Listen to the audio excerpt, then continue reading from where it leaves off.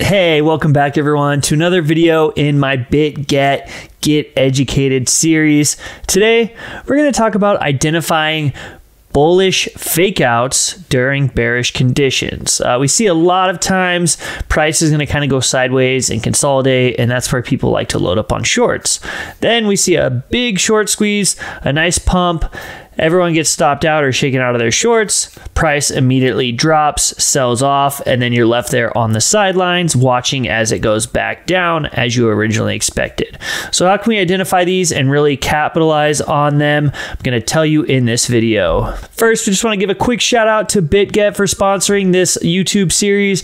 Tons of videos already have made, so if you haven't seen them, make sure you check them out. If you want to trade on Bitget, no KYC, no VPN, they have a mobile app and a great desktop site with tons of altcoins. Sign up in the link below and you'll get a 15% discount on all of your trading fees. Make sure real quick before we get into the video, you smash the subscribe button and give me a thumbs up. I really appreciate it. And let's get into the content. Let's get right into it. I've got a Bitcoin daily chart pulled up and we've got tons of great examples on here. So we're just going to get right into them. All right, we're going to zoom in up here. We're going to start with this top one and you're going to see it usually starts with some consolidation. And now I always say never short a boring market. And I have a video for that if you want to check it out. I'll post a link up top here. But basically, you're going to see these consolidations. This is where everyone loads up on shorts and price goes up and they flip long because it's a breakout and then price proceeds to break down. So how can we catch really good short entries on these? Okay, so let's go ahead and zoom in a little bit. All right, and we're going to see this nice big breakout candle. Okay, so that is a breakout. Everyone's going to want to FOMO long, but we're going to look to FOMO to get into a short here basically. And what you're going to do is you're just going to basically draw a line at the base of that candle. So we got a nice consolidation breakout. This is the breakout candle on high volume. And what's going to happen here is if that level is lost, you're going to have a lot of trapped buyers. And when those buyers are trapped, what are they going to do? They're going to start panic selling lower. Okay, so once price is pushed below their entry, you're going to have people start to get stopped out. People are going to panic sell, and that's what's going to drive that price lower. And a lot of times you need to push price higher to get people to sell lower. It kind of sounds weird, but that's exactly what's happening here. People aren't selling here. You can see that price is just going sideways. It's consolidating. Sellers kind of dry up. So what happens here? You push price up, get people to FOMO in there, and then you get them to sell lower. So that's basically what's happening here. And you can see here, if you just wait for this breakout here, you don't want to be shorting when price is sitting at support. Wait for this breakout. As soon as price goes below, you're going to see a nice sell-off here, okay? And we can see another example right here. We have a falling wedge, which is technically a reversal pattern. Okay, and you can see here it almost hits its target. Well, it probably does actually. So for these targets, again, I have plenty of videos for finding these targets, but you can see the breakout target would be right here. Reaches target, great. A lot of people are going to be calling for much higher levels. And what we're going to do is we're going to see here and go, okay, well, we've got this nice big breakout candle here. Okay, so let's just draw a line to that and say, all right, if price breaks below this level, we're going to have a lot of trapped buyers and price is likely to go lower. And what happens here is that price inevitably breaks down below this level, it retests and continues lower. So we're going to get another really nice example up here, and you can see if you were watching this one, you can see that price holds this very well. If you want to try this breakout candle, again, price holds that really well as support. But what we're going to see here is, yet again, we have, if we draw above this resistance, okay, because this is overall a large consolidation here, okay, what you're going to see is you get this nice breakout again.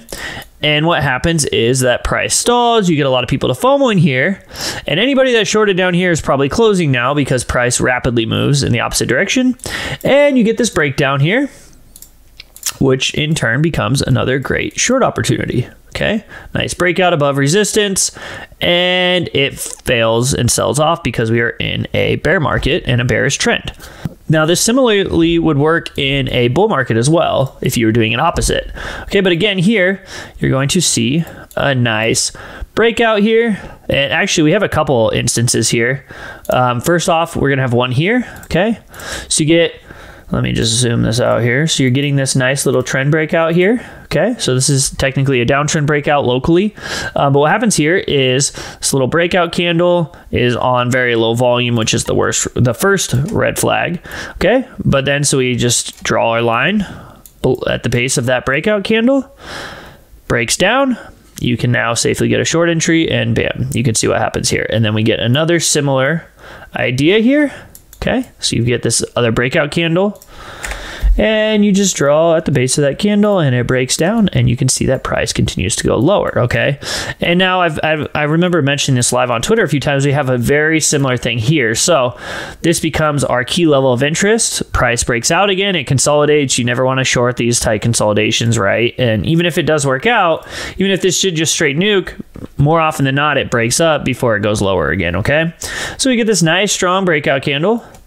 And let's just go ahead and draw a base there as well at the base of that candle. Bam, very nice. And we just wait, and we wait, and we wait. And if it goes up, and we're not shorting, okay?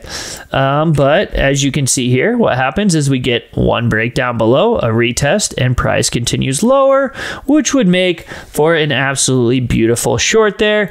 And when you're trading these become like your invalidation levels, right? So if I want to be bullish and I'm trading bullishly, that's not, that's fine.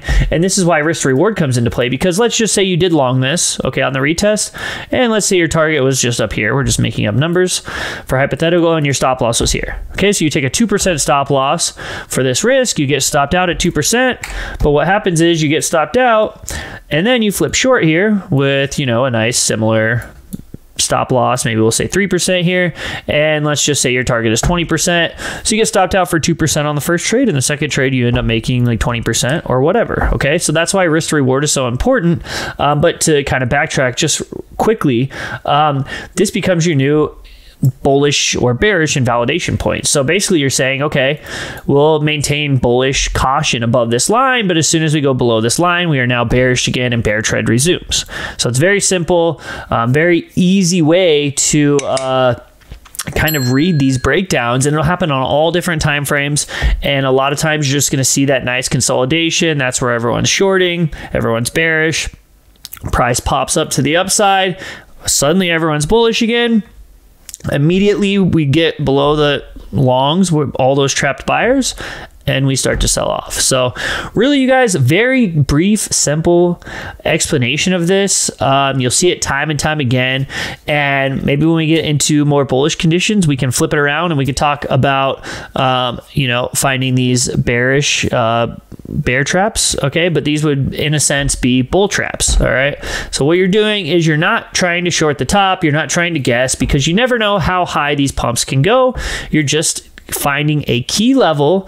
You now get a key level after that breakout. If that key level fails, the key support fails, you know that it's likely a trap, and you could see how fruitful this strategy would have been over the course of the last year. Thanks so much for watching this video, everyone. I really hope you liked it. Retweets on Twitter are much appreciated to help get my videos and my education out there to more people. Please subscribe to my channel if you haven't already. Shoot me a comment below if you like the content or you have suggestions for other content you'd like to see on my channel, and I will see you guys next time. Peace.